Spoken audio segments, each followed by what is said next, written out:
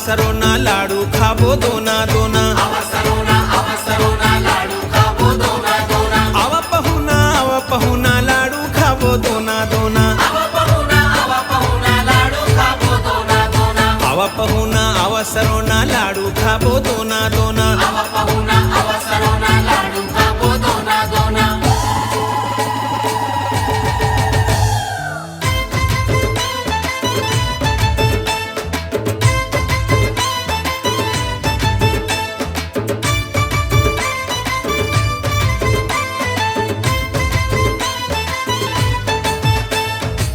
ममता करुणा दया बरसोइया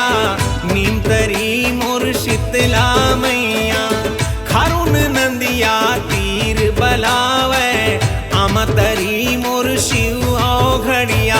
अवसरोना लाडू खाबो दोना दोना अवसरोना लाडू खाबो दोना दोना आव पहुना अवसरोना लाडू खाबो दोना दोना आव पहुना अवसरोना लाडू खाबो दोना दोना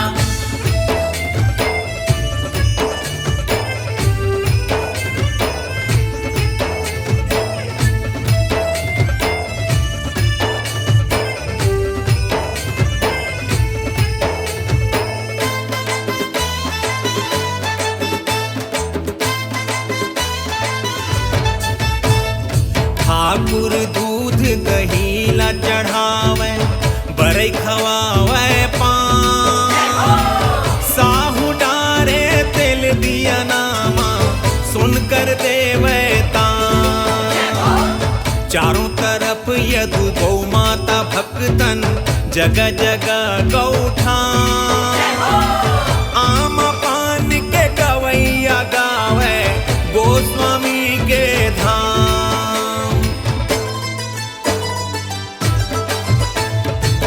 मैया मोरे लाड़ करोइया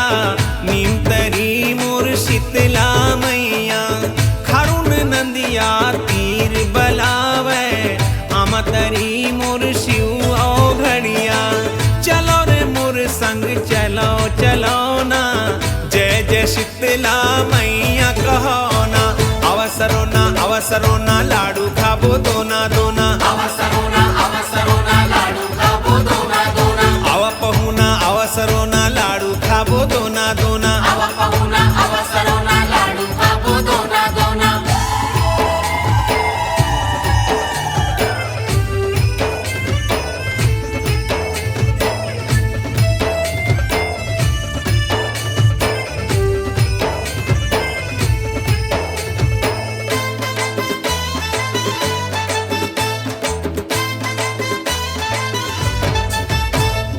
बड़े बड़े मछली कछुआ के पावन है बंधान जल चढ़ावे आवे कांवरिया गांव के शिवधाम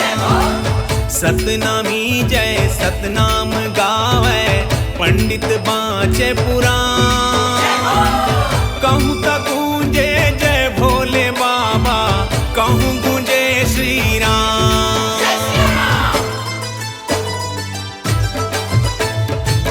हर लेवे दुख देवे सुख छैया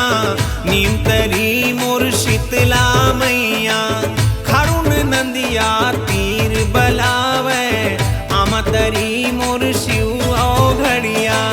चलो रे मोर संग चलो चलो ना जय जय भोलेनाथ कहो ना अवसरोना लाडू खाबो दोना दोना अवसरोना लाडू खाबो दोना दोना आव पहुना अवसरोना लाडू खाबो दोना दोना आव पहुना अवसरोना लाडू खाबो दोना दोना